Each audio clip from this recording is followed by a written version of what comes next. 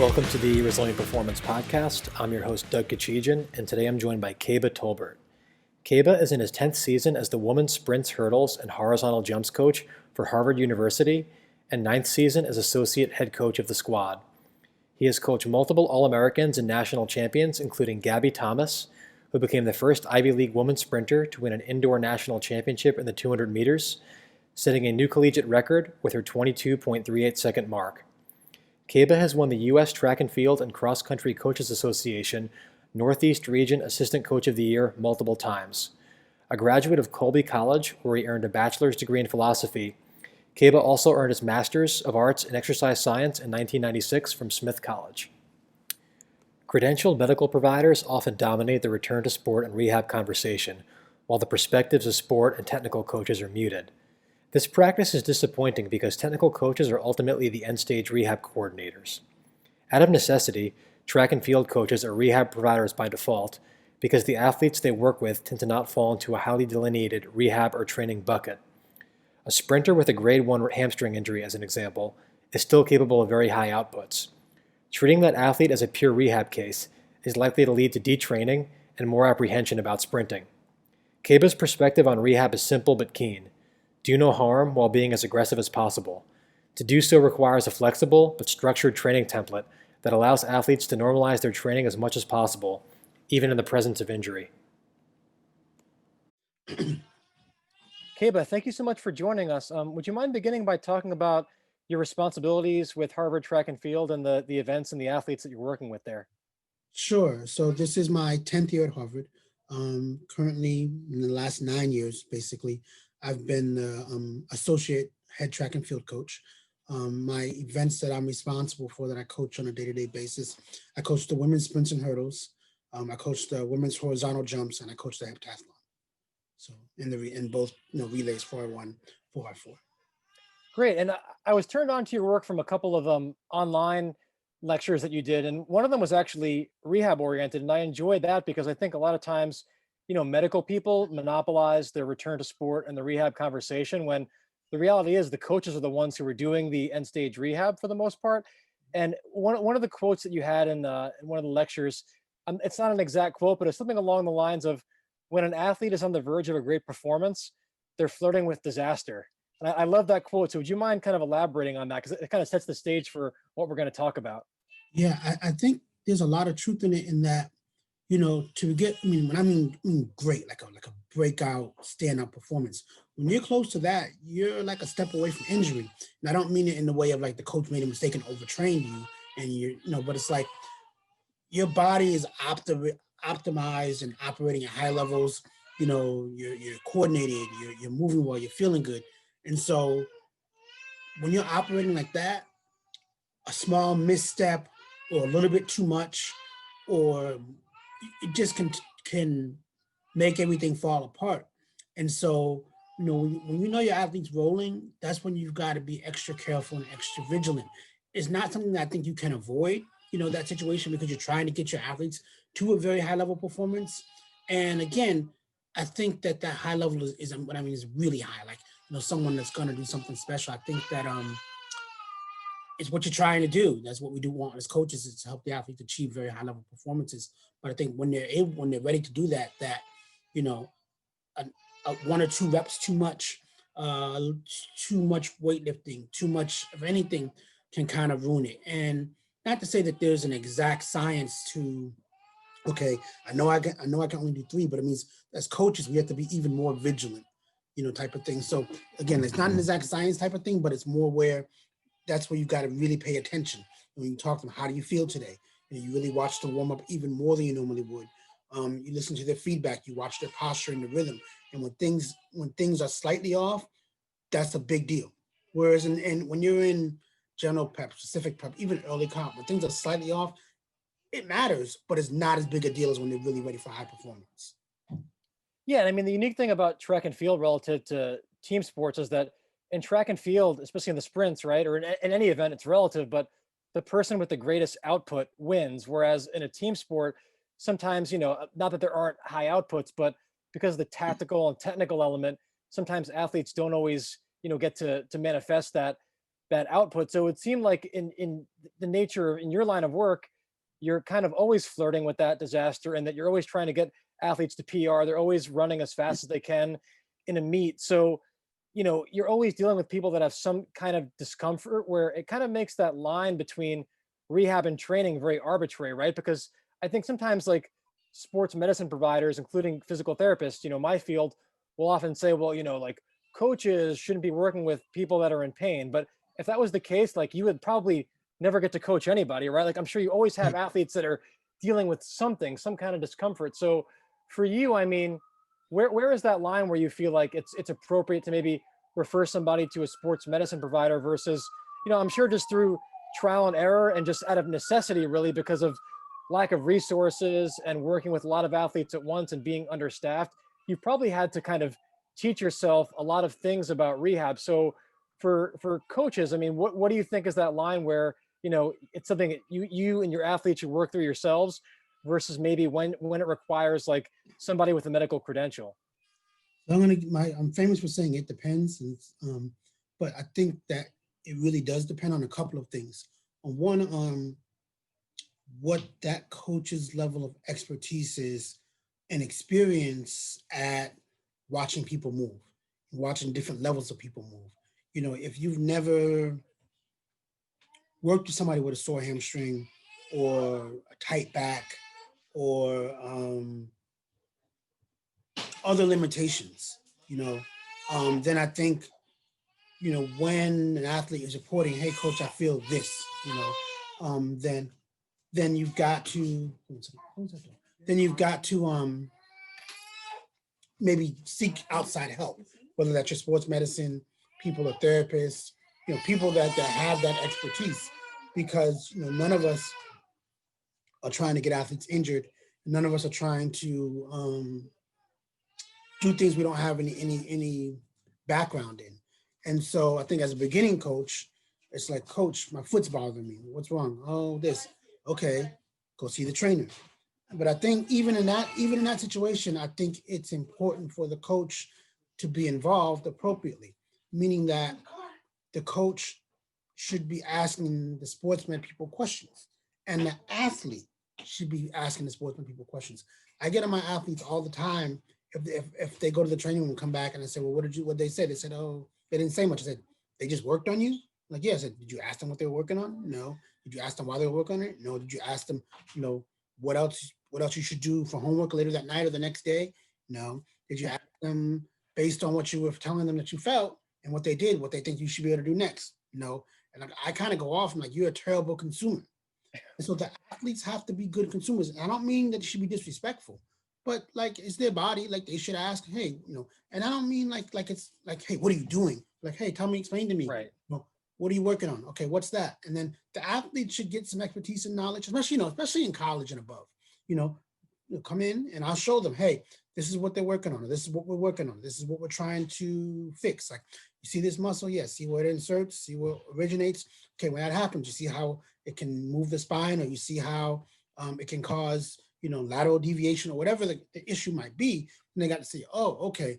Now, when you feel issues there, now you have an idea of, okay, what types of approaches to make, what types of changes to make. You can report on what you're feeling. You just say, coach, my back is tight. That's a start. But, where is it tight? It's tight when you do what type of thing. So, I mean, how much the coach should be involved? I think the coaches should be heavily involved, at least in the discussion of rehab, because the rehab is an input. And at the end of the day, my bias and strong belief is that the coaches are responsible, along with the athlete, for the output. But like, nobody fires, athletic trainers if the athletes continue to perform poorly year after year. And I'm not saying that they should, but the coach has to be involved to say, oh, okay, if we're doing this in rehab, if you're going to do this in rehab, then I can do this on the track. Or the coach might be involved to say, okay, what's the rehab plan for today, for this week, for this cycle? Okay, if we're going to do that, I need you to do these things after practice, not before practice, because this is what we have planned. This is the theme for the day. And so, then, as you gain expertise as a coach or a practitioner, you can, you can say, okay, if you're feeling this and it's not at a level where you feel like practice just can't happen and where you're not subjecting to an unsafe environment, then you might say, okay, if you're feeling that, I want you to do this. Maybe it's a banded stretch. Maybe it's an Aldoa. Maybe it's a ball or a roller routine. Maybe it's other routines that you have that you feel like can affect them positively to allow you to make then a different assessment about what's going on or what they can do, or whether you can proceed with your plan A or whether you can go with plan B or plan C on that particular day. And so that's why I say it depends, because you need a knowledge of rehab, you need a knowledge of anatomy, you need a knowledge of kinesiology and biomechanics, but you also need good training theory knowledge to know, okay, when should I turn this over?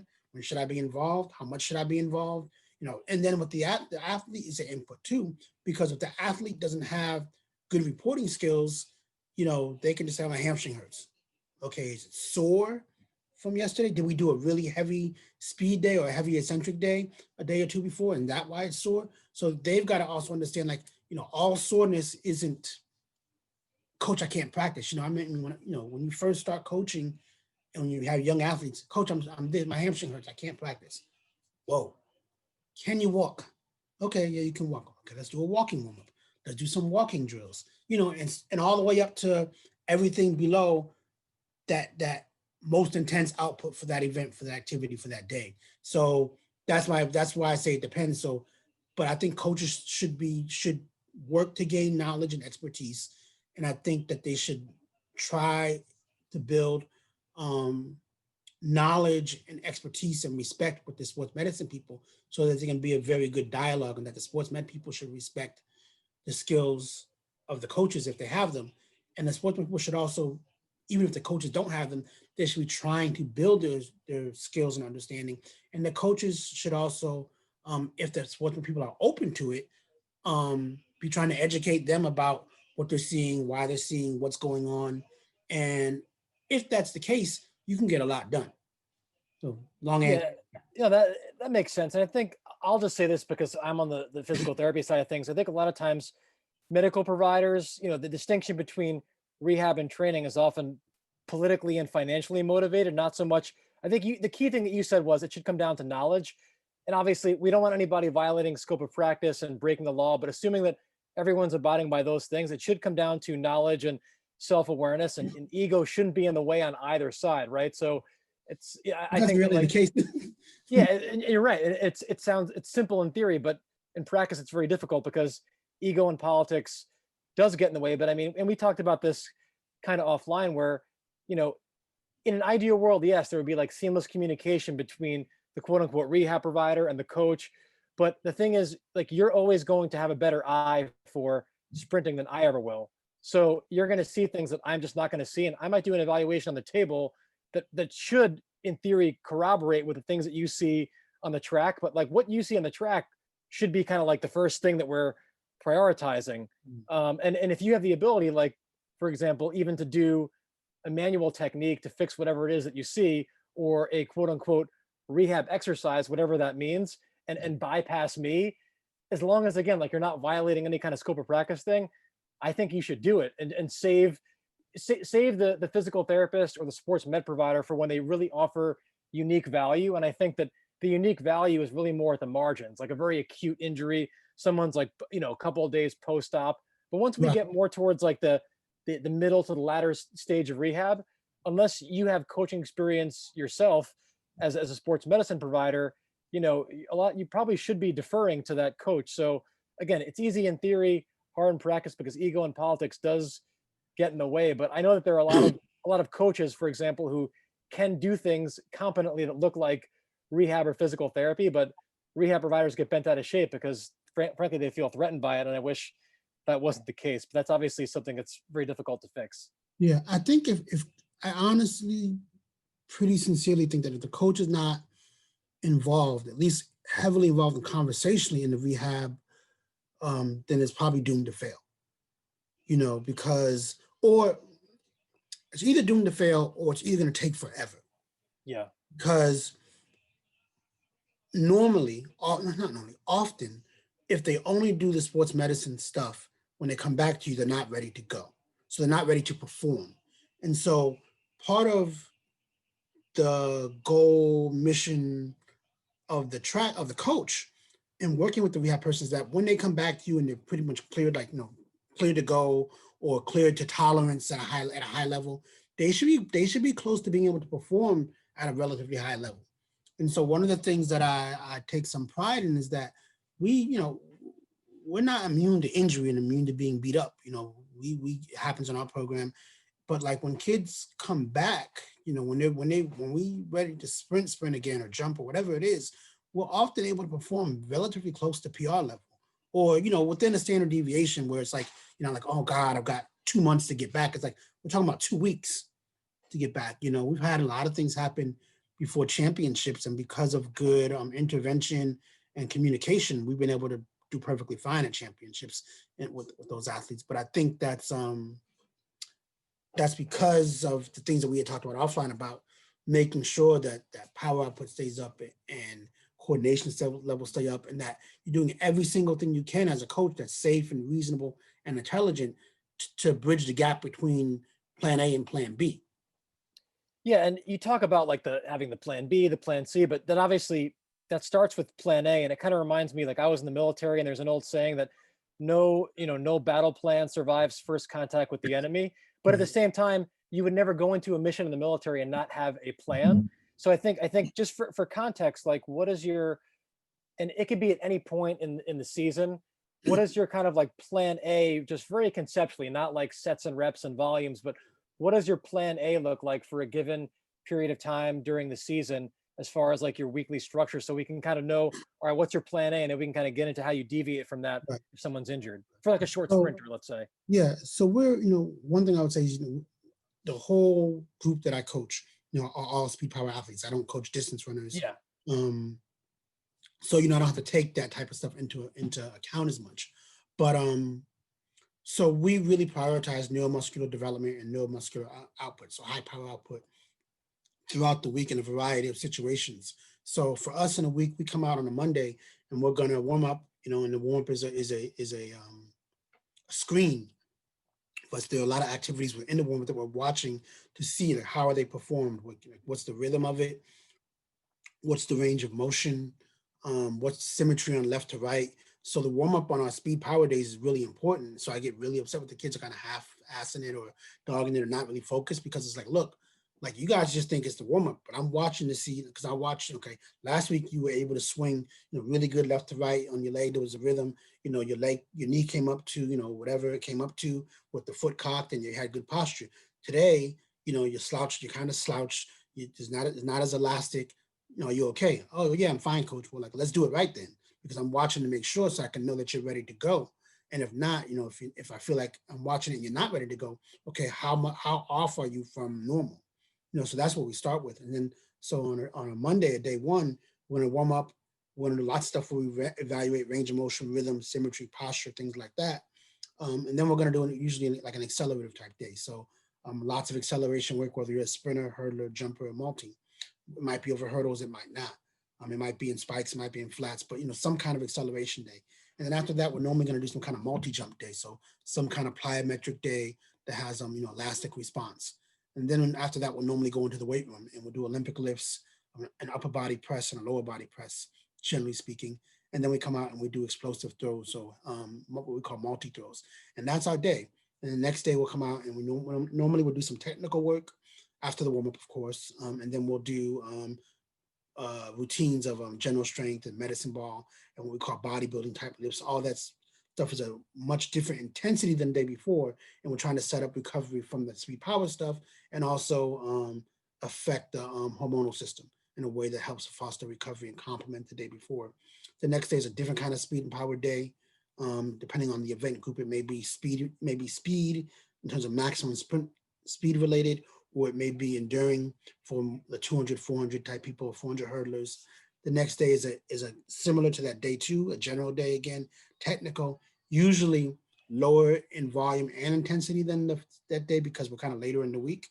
That Friday or day five for us is another speed and power day, depending on where we're at in the year. It may be an acceleration day, it may be a speed development day. And then Saturday is kind of almost always we're doing some kind of enduring workout, running intervals type stuff. And then that will also have general strength, med ball, and bodybuilding lifting. And so any of our speed and power days will always have Olympic lifts and some kind of upper lower body lifting as well. And then our general days often will have what we call bodybuilding lifting type circuits and general strength circuits and med ball circuits, various combinations of those things. Got it. So it seems like your approach allows for some optionality while also adhering to certain, core pillars or core principles. Eh, A lot of, coaches sometimes, like when an athlete gets injured, they just want to completely overhaul their thought process. And I think sometimes people overreact to injuries. So for you, how do you strike that balance between like really auditing yourself and your system when an athlete gets injured and versus just not panicking and trusting your process? Injuries suck, and they certainly are a cause for reflection. I had a couple even this year that really frustrated me, and I felt like um, if I had maybe been more investigative, um, I could have, or more attentive, that I think maybe wouldn't have happened. They were flukish, but as a coach, you want to make sure you're doing your due diligence and making sure that you're staying on top of your game. And of course, nobody can say I could have avoided this, because you just don't know. But in retrospect, I feel like, man, I wish I had watched this a little more closely and done a little more questioning. But if that's easy to say in retrospect as well, you know. Sure. So I try not to overreact, but I do try to learn from when we have injuries and if someone's really beat up, and that line between injury and really beat up is somewhat individual, and it's somewhat arbitrary, because if we're on plan B, does that mean they're injured? Not necessarily, but it may mean they're beat up, and if we're on plan B for 3 days, are they injured? Not necessarily, but maybe, Monday we did plan A, Tuesday, Wednesday, Thursday, we're on plan B, Friday we're back to plan A. And sometimes when kids are healthy, 100% healthy, we do that anyway. Like, hey, I have certain cycles that are like rollover type cycles, day 1, day 2, day 3, or day 1, 2, 3, and 4. And it has options in there. And the options are based on some of what we've done. Some of the options are based on how they feel. Some of the options are based on what we have coming up. And so all that's in place. So if they crushed the day 1 workout, which is awesome. I may not let them do plan A for day 2 because I know how hard day 1 was and I know what I'm doing on day 3. Like, so if I know I want to really crush day 3, day 2 might be really easy. I might say, hey, on based on these options presented, pick the easiest ones, versus if I know day 3 is either not that intense, or I'm going to lower the intensity on day 3, or I'm going to move day 3 further apart. So for example, if I do day 1 on Monday and day 2 on Tuesday, I might kick day 3 till Friday. So now I can do the full day 2 plan A day. So Monday, Tuesday, Wednesday maybe just an active warm up. The day after that might be another active rest kind of day. And then we hit day 3 because I've given them a bunch of time between, and now we can rock and roll. And so I've had athletes like that where it's like the 3-day rollover may take 7 days to complete. I mean, typically, how many athletes are you working with at once? Because it sounds like you're very much individualizing some of these, some of these weekly templates. Like, and it's almost like you're the conductor of this orchestra, and you've got all these instruments that you're trying to conduct. Like, how do you keep track of that? What are the numbers that you're usually dealing with there? Some years better than others, but I mean, I normally will have between 16 and 22 athletes. Okay. 16 to 18 is a number I prefer. 22, 23 gets a little bit much given the constraints that we have, and the time constraints and things at Harvard. But 14, 15, 18 is about ideal in my mind. And we might stagger practices at certain times a year to give more attention to the athletes, and for me to have a little spacing, so I'm not feeling like I'm watching 18 people at once. Now, in some of those workouts, it doesn't require that much attention, and other ones it requires more. So depending on how intense it is and what the power output is, how technical it is. So there are even certain units within a training day that require more attention than others. So I may stagger it. So I have a half an hour for maybe the jumpers and a half an hour for the hurdlers and a half an hour for the sprinters. And then by the time they move on from the main technical session to other stuff, the general strength, the med ball, they can mostly do on their own. I'm kind of peeking over, and I'm not saying much unless something looks way out of bounds. It sounds like from before you want your athletes to be kind of self-aware and provide you with feedback. So do you find that maybe like the upperclassmen, juniors and seniors tend to give you that feedback so that they can almost say like, hey coach, I feel like, and not obviously trying to sandbag, but like, hey, coach, maybe I want this to be an easy day so I can go hard in 2 days from now? Or do you feel like you generally have to kind of dictate that, or does it differ based on like No, the experience of the I, athlete? I very much hope by the time they're juniors that they have that. So a coach wrote this article in the 90s actually, and she said that when they first come in, it's 100% coach, 0% athlete. And then it's 25, 75, 50, 50 in the last year or so. And I really think that's about how it should be. It's oversimplified, of course. It's never 0% athlete. But when they first come in, they don't know what your system is like. They don't know how they should feel. They don't know how the weeks go together. So they can't give you very good feedback about, oh, coach, I feel terrible on this Tuesday. They're just sore from Monday versus a kid who's been in the program. Yeah, coach, I usually feel kind of tight and stiff on today on a day like this, but today it's like extra. So then that means something because they know they've been through it, they've experienced the ups and the downs, and they say, yeah, coach, I don't feel like I should, or hey, coach, I felt bad yesterday, but today I feel pretty good. What do you think I should do? It's like, and then we have conversation. Hey, warm up, and I might tell them like, do your warm up halfway through, come check in with me. And okay, how do you feel? I felt okay in the beginning, but I feel really good now. Okay, keep going. Let's just check in again in 10, 15 minutes. So by the time they're juniors and seniors, that ability to have those conversations and have that feedback is really important because we've built 2 years of experience in communication and dialogue. And the ones where it doesn't happen, when they're juniors and they can't do that and they can't engage or unwilling to get themselves to that point is very, very frustrating. And we tend to have diminished performances, meaning like I don't feel like those athletes reach their potential in my program. Got it. And then, so you talked about like, as best you can, trying to maintain speed, power, coordination. What are some of your go-to plan B, plan C options for your acceleration speed and special endurance days? Kind of just like the big things that you normally would fall back on. So there's a few things. One is we have a series of bike workouts that we use that really help keep power levels up, keep blood chemistry up, keep the, the the feeling of being trained, which is important psychologically up. Um, and so, affecting biochemistry is important, affecting, power output is important. So depending on the day, like an acceleration day, a speed day, or an endurance day, we have certain bike workouts that we feel mimic the rate of hip extension, that mimic kind of the pressure in the system on that day, and that we feel like when we do them, allows them to then when they return to full activity, whether it's a day or two later or a month or two later, come back and still be able to perform at a relatively high level. So that's one thing that we do. So we'll monitor that. So we also have what we call a step over or a dribble series, or various dribble series, where they're modified running mechanics, and how modified they are depends upon the sport health. So we've got very low level, very easy dribbles, step overs, and we have ones that look almost exactly like sprinting. And so, how much force they put in the ground, how high they step over, a very elite world-class sprinter when they're running, you see the foot come over the knee, you see a big kick out, and you see it, land under the hip, that transfer momentum and the force being put into the ground. Well, some of the step overs look almost exactly like that, and so that's like the spectrum from stepping over the ankle really easily and very, very little horizontal displacement, very little vertical displacement, to stuff where it looks almost exactly like sprinting. And so where they are on that spectrum, how fast they progress through that spectrum, depends on their sport health, depends on what we see. And so those are things that we implement and use to evaluate.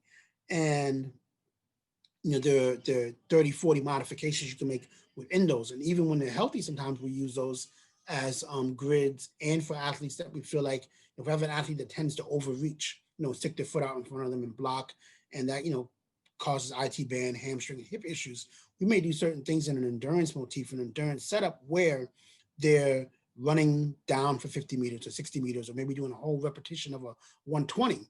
And then maybe they're doing a dribble series to finish off, or they're doing a skip for height, skip for distance. So we have the plyometric stuff that is elastic and powerful in nature that we can also use to help them when we're on plan B. So we have acceleration work, and we can do acceleration work by skipping very powerfully.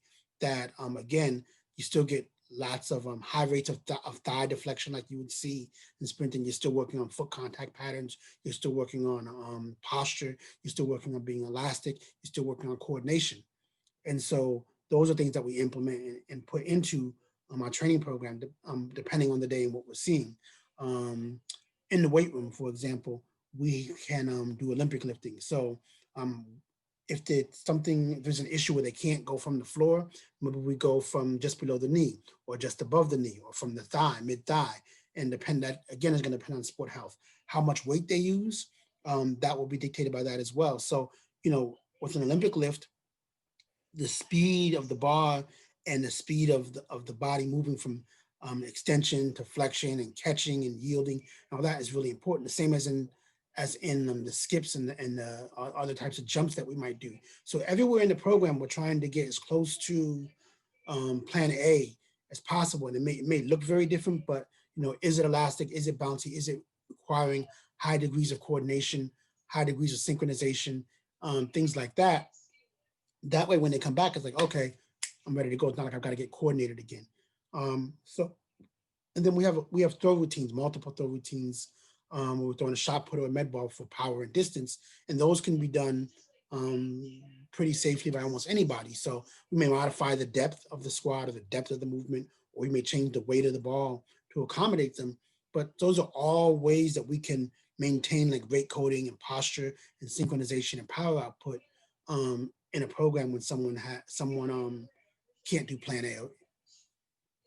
Yeah, and I remember watching your talk, and I was just like blown away by the simplicity of what you said. Because I mean, if I'm summarizing it, basically what you're saying is when athletes are injured or in pain, as long as it's not like a catastrophic injury, you do whatever it is that you can do that looks like what you would normally do without exacerbating symptoms. You get as close as you can. So if it's an acceleration day, you're trying to do something that looks like how you would accelerate when you run in spikes. And if dribbles don't work, if band resisted accelerations don't work, then you would go to the bike or the pool, but you're trying to, mimic whatever it is, like the time, the intensity, the foot strike Right. positions, whatever it is that you can mimic. Because, the bias in sports medicine and even how I was trained was that when someone's in pain, you treat them like they're kind of broken, and you Right. say, okay, well, you can't, like, your hamstring hurts, like you can't do anything that looks like running, so we're going to do glute bridges, or we're going to do things that look quote unquote rehab-ish. And I'm not saying there isn't a place for those things, but you're basically just trying to maintain the highest training effect that you can while the symptoms kind of dissipate. Because a lot of times there's like, okay, like let's say we decided this athlete shouldn't be running. Well, when is Mhm. it okay to do things that look like running? And the sooner we can do those things, the better. But there oftentimes is like this, it's like someone goes through rehab, and then, but when are they okay to start doing things that look more like what they would normally do? And there Right. isn't a gradual transition. It's just like, okay, you've been doing almost Yeah. nothing Back. except physical therapy exercises. Now, like, go to your coach and figure it out, right? And what Right. you're doing is more seamless. So Right. I guess for you, like, what if any is there the place for these like very low level rehab exercises when you can just put somebody on a bike and have them go fast and maintain a high level of coordination and speed and power? When do we need to do things that look quote unquote rehabish for these I athletes, if think ever? in some ways all the time, like Yeah, a lot of stuff that looks like rehab is good training if you put it in the right circuit, sure. on the right days and at the right time. So like I believe a lot in prehab, because you want to stay healthy, and so a lot of the glute bridges and all that, that stuff it's not bad stuff. Yeah. It's just not speed and power work.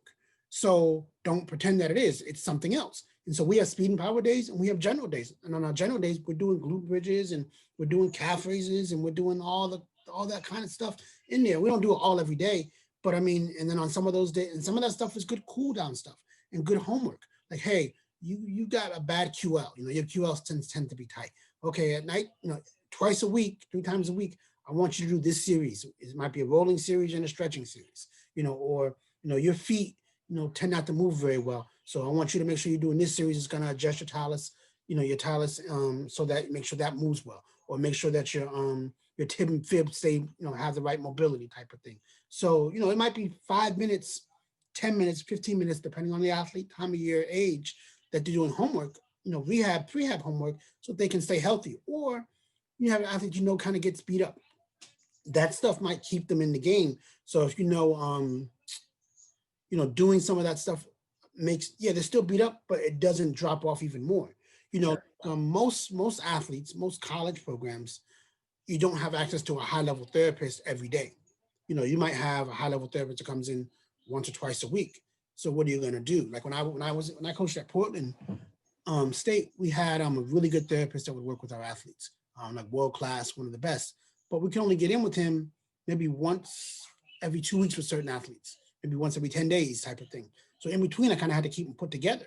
So sometimes it's like you're doing stuff to kind of keep them put together, and then they get back to like F1 status. When they get great therapy. But like sometimes you're doing enough that like, hey, we can keep training like this and be pretty good. But if we know we really, really got to perform, we need the A+ stuff or the A stuff. So we're gonna hold the line here, and then you'll get this, and we'll be better. I think that mentality is important too. Like having, not everybody's gonna be an A+ therapist. A+ kind of either by hands or skill or experience, and they're hard to find. And the ones that are hard to find cost a lot. So sometimes you've got to like figure out, okay, how do I keep them going until we can get to someone that can do a better job or really fix what they need, because you can still train pretty hard, if you're slightly compromised, and again, there's a range. Yeah. And within a certain range, you can still train. You might not even notice the difference, if you're not paying attention. We say, hey, yeah, their performance is off, they're kind of striking like this. And you can still go, but you need to kind of make sure it doesn't get too far, because then they're going to blow up and then they're out for 2 or 3 weeks. Yeah, and I think what you said is really important, that it's some of these lower level exercises, like if doing isolated glute or calf work is important when an athlete's in pain, it should be important when they're healthy too, because it's supportive, it's general training. So I think a lot of times when like an athlete gets injured and we fall back on these lower level exercises, it's not that there's anything magical about them per se. It's that it's non-threatening activity that allows them to get some kind of a training effect, even if it's very minimal, without exacerbating symptoms and becoming more sensitized to whatever injury they have. And Right. so again, like you said, there's a place for that, and it should even be, if it's important, you should be doing it all the time, not just when an athlete hurts. But I think the key point you're making is that there's things that you can do to maintain high levels of power, speed, and coordination that oftentimes are lost when an athlete's in pain. And those things should be included in it. And really, I think it comes down to your creativity, because you talk about some case studies in some of your lectures where, I mean, like, the one hurler with the Achilles issue, who really didn't do a lot of like meet-like intensity practices leading up to some really important meets, but because of like the dribble series, and you were able to modify some plyos that maybe weren't like as elastic as what that athlete would normally do, but they were as close as you could get, closer to the competitive activity than doing a glute bridge. And so how close can we get to the thing that we want to do without setting somebody off? And then you realize that there's no special exercise. It's really a matter of like, what is your process? What's your plan A? And how do you stay as close to that as possible without, again, making somebody more sensitive? And that's where everything becomes important, not just doing isolated glute work or isolated calf work. It's the whole process. Right. And then on top of that, you've got, you know, mental visualization things that help to, rewire and keep things moving. And then also, if they, depending on what the injury or, what's wrong, or if they're beat up, you can work the other side of the body. So if the right calf is whatever you want to call it, impinged, tight, sore, stiff, they've got a whole left leg, so like you can do real highly coordinated type stuff there that's not going to cause any problem, but going to keep the body coordinated. And then, when they are ready to go, they're better off. There's like a 70% transfer, and so that's one thing. But also, it's not just, can you run, can you jump, can you throw? It's like, what are you doing to affect blood chemistry? So, that intensity is important from a coordination and synchronization standpoint, and even a power standpoint. But that high intensity stuff, whether it's speed or, whether you're doing something really fast, which is intense, or you're pushing a lot of weight or doing something like that, they're both intense in different ways. They affect blood chemistry. And that's something that a lot of times when you only do rehab and don't train, that they come back and they can't do anything because they haven't had the stimulus they're used to and the stimulus they need to come back and perform at a high level. So, you may say, oh, why are they doing heavy bench press when they're injured with their hamstring? Well, what can you, if you can't squat or you can't clean for whatever reason, like that's a way to affect blood chemistry. Why are they doing single leg snatch, a single leg clean, or, because that's a way to affect coordination and get most of the body involved. Okay, if you can't do that, can you do a kneeling clean? Can you do a kneeling snatch? There are so many variations that when, you know, if I send an athlete to the training room and they say, oh, so and so to take the day off, like it's like World War III. Because to take a day off, you got to be close to death. Right. Like, because this doesn't happen anymore. But like they be like, oh, so and so said just to rest today, and I'm like, go back and ask them, can you jog? Can you walk? Can you? And they said, oh yeah, I can do that. I said, well, why did I tell you to take the day off? And not that a day off there's nothing wrong in and of itself with a day off, but a good friend of mine, Bruce Schexnayder, says, too many off days make an off year. And so it's not that you don't want to rest when it's appropriate, but you need to stay as close to plan A as possible. So, yeah, you don't want to do anything that's going to exacerbate the injury or even anything that's going to get in the way of healing. But, that take the day off type stuff or just kind of sit and watch is like, you got to be in a pretty bad state for that to happen in our place. Yeah, and you kind of touched on it, but can you elaborate on, because one of the quotes that you had in the TFC lecture was you talk about how overreaching in certain areas helps you to make up for what you can't do. So kind of, yeah, if you can elaborate on that a little bit. Yeah, say you got a sprinter or hurdler and they can't sprint, for example, or you got a jumper that can't come down and do regular jumps, high jump, long jump, triple jump. Well, like maybe then you might do some stuff like, so say your volume of multi throws, say there's 5 throws in a series and you do 4, that's 20. Well, if they can't sprint, that volume and that intensity is kind of gone in that one unit. So maybe you up your Olympic lifts by 20-25%, and you up your multi throws by 20-25%, and you're overreaching there to kind of offset this. Or maybe they can do plyometrics, but they can't sprint, type of thing. Or maybe they can do single leg plyometrics. You might overreach in those areas and go do a little more than you would normally do because this area, that you normally have a balance to your training. Or you might be functionally imbalanced because this area over here you can't really do.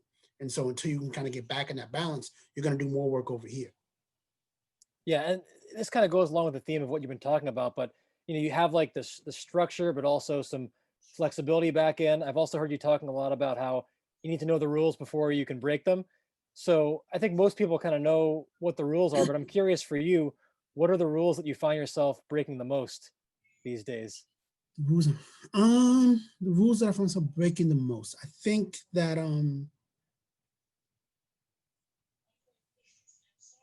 probably it's just more individualization. Like I might think, okay, this is the volume that most people need to do in this particular activity, and then I find the kids like, hey, they need less or they need more. And so, like for example, in our Olympic lifting, we normally try to do about 18 sets in a week of Olympic lifts. I almost never go less than that, but I have a few kids that I think I'll do more than, so they may get up to the mid 20s. They might do 8 times 3 and be at 24 in a particular week. So that's an example. Some kids, I have a certain volume of running, like tempo and intervals that I think is about right for most people. Some kids feel like they've got to run a little more, or they don't feel fit if they don't do a certain amount of running. So I may break that rule and say, okay, well, I'm going to find a way creatively that I believe in and can live with, that we're going to add a little more. I may do things like that. The other thing is I break sometimes for some of those kids is we may add running we may add lower intensity type running on a speed and power day. And I wouldn't normally do that, but there are some kids that, because I'm trying to break things up and spread out the density of things in a week, I may do things like that. And then there are certain kids, once they get older, they just don't tolerate training as well. As they get close to their genetic potential, or as they kind of, things get monotonous to them, you've got to spread things out more. So when they're young, they may be able to train pretty hard 3 days a week or 4 days a week. And when they're older, it might be 2 days a week that they can really train hard in terms of certain qualities. So you got to add more general training in to help them recover, so that when they really do hit it, they really can hit it and be healthy and safe and give you maximum effort and intensity and focus. Got it. And then I know we're coming close to an hour now. I know you've got a series of webinars coming up. Would you mind talking about that, the various topics you'll be discussing, and how people can sign up for that?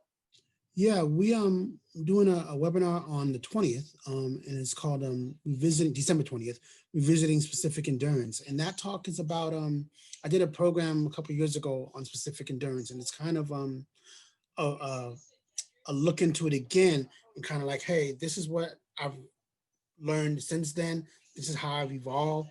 Kind of revisiting some of the rules that I think are important, that I think people sometimes miss or don't understand.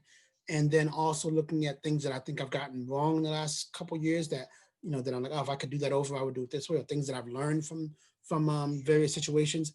And even when it's gone well, it's like, oh, I didn't realize this, or ways to integrate and think about doing specific endurance work or work capacity work or enduring work with the athletes that I think will optimize their performances in training. And so that's the first one. And the second one is with a good friend, Curtis Taylor. He's a coach out of University of Oregon, had many national champions and put people on US teams, both at the junior level and the collegiate level. And we're doing a program, look inside our training programs and our influences and kind of talk about what we've learned, what we've modified, and what we use from people that we've learned from. We're going to look at some of the stuff. We both were mentored by Tony Wells, so that's a common area for us. So we'll talk about what he's taught us and things we've learned and things that we've modified and other people as well, but also how we've made it our own, or what aspects we've used in our own training that I think people will find interesting. The website, you'll have a link to. I'm going to have a link to that. Yeah. They can sign up there. If they have any questions, they can drop me an email. My email is pretty easy to find, on the web. And but it's I think it's going to be good. People are excited. We've got good response so far, emails and calls, and hopefully people, some of the listeners will join us and be happy to have them. I'll just clarify for the listeners too that even if you miss the live presentation, they'll have access to the recording. Is that correct? Definitely, yeah. We're going to record everything, and anyone that registers will get a link to a Dropbox where they can download it and either listen to it again, listen to it the first time, or review, and they'll get to keep those. All right. Well, you've been really generous with your time. I appreciate everything, and I look forward to looking over those webinars myself. So we'll post the notes for all that, and yeah, have a great night, and look forward to following up with you in the future. Thank you. I really appreciate you having me. It's been a great time talking. I'm honored that you would have me on, and hope your listeners got a lot out of it or got something out of it. And if they need anything or have follow-up questions, feel free to contact me. Absolutely. Thank you. Thank you for listening to the Resilient Performance Podcast. As a thank you for listening, we'd like to offer a 10% discount on our online products, which you can find at resilientperformance.com. We'd like you to use the promo code PODCAST, PODCAST, to get the 10% off. Right now we have the Resilient Movement Foundations course online format for you to purchase there. And we hope to grow that soon before the end of the year and have some other offerings. We hope you enjoy. Again, that's promo code PODCAST, PODCAST, for 10% off. Thanks.